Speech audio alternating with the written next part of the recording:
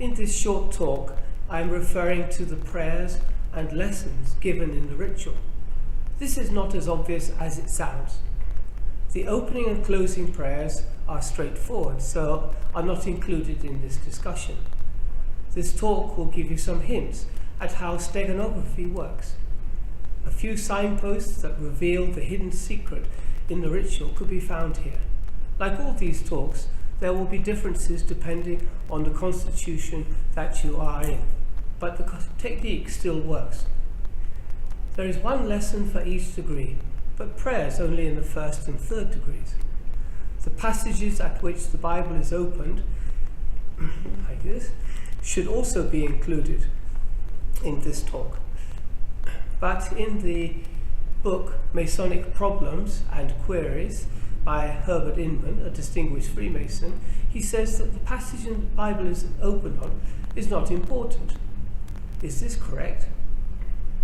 Let's look at the prayers in the first degree. In the Massachusetts ritual, the wording of this prayer has been changed. It now says, by the influence of the pure principles of our order. But in the older Duncan ritual, it says, by the secrets of our art.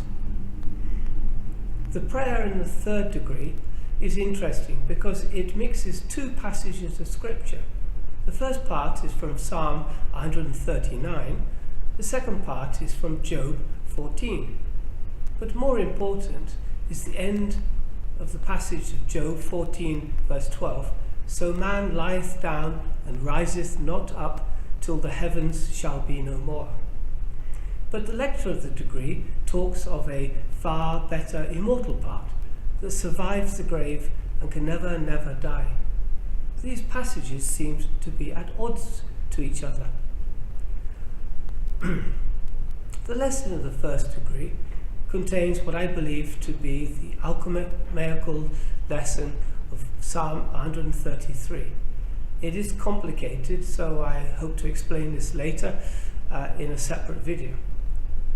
For the second degree, some lodges use a passage from Amos, chapter 7, as it refers to God setting a plumb line in Israel. This is a straightforward illustration. But in Massachusetts, we use a passage from the 1 Corinthians, chapter 13, and 5 verses are missing from it. Verses 1 to 6 are given, then verse 14. The lesson skips verses 7 to 13. For example, whether there be prophecies, they shall fail. For what we know in part, and we prophesy in part. When I was a child, I spake as a child, I understood as a child. Now we see through a glass darkly. These are all missing from that lesson, and others. In the third degree, the lesson is taken from Ecclesiastes 12 and is about an old man, and no additions or changes have been made to it. This is an interesting choice of scripture as it gives a long metaphor describing an old man. Strong men shall bow themselves, is the old man stooping as he walks. The grinders cease because they are few, meaning he is loosening his teeth. And those that look out of the windows be darkened. His eyesight is failing. The almond tree shall flourish. This refers to his white hair that looks like almond blossom. And desire shall fail, refers to his dreams that never happened. The silver cord shall be loosened. The spinal cord weakens and he gets sick. The golden bowl is broken. His mind becomes senile, and the decline of his mental powers. The pitcher broken at the fountain, so he has difficulty urinating, and the wheel broken at the cistern. The heart stops pumping and he dies. To summarize, I believe these passages and changes have been done to align the text in the prayers and the lessons with the hidden message that the first 3 Grand Masters wanted to convey. It is part of the technique of steganography, but as you can see, it all depends on which version of the ritual you are using. So we should always try to use the earliest ritual as possible when looking at steganography, as later editing may have deleted important signposts. The prayers mention a secret art and talk of mortality or immortality.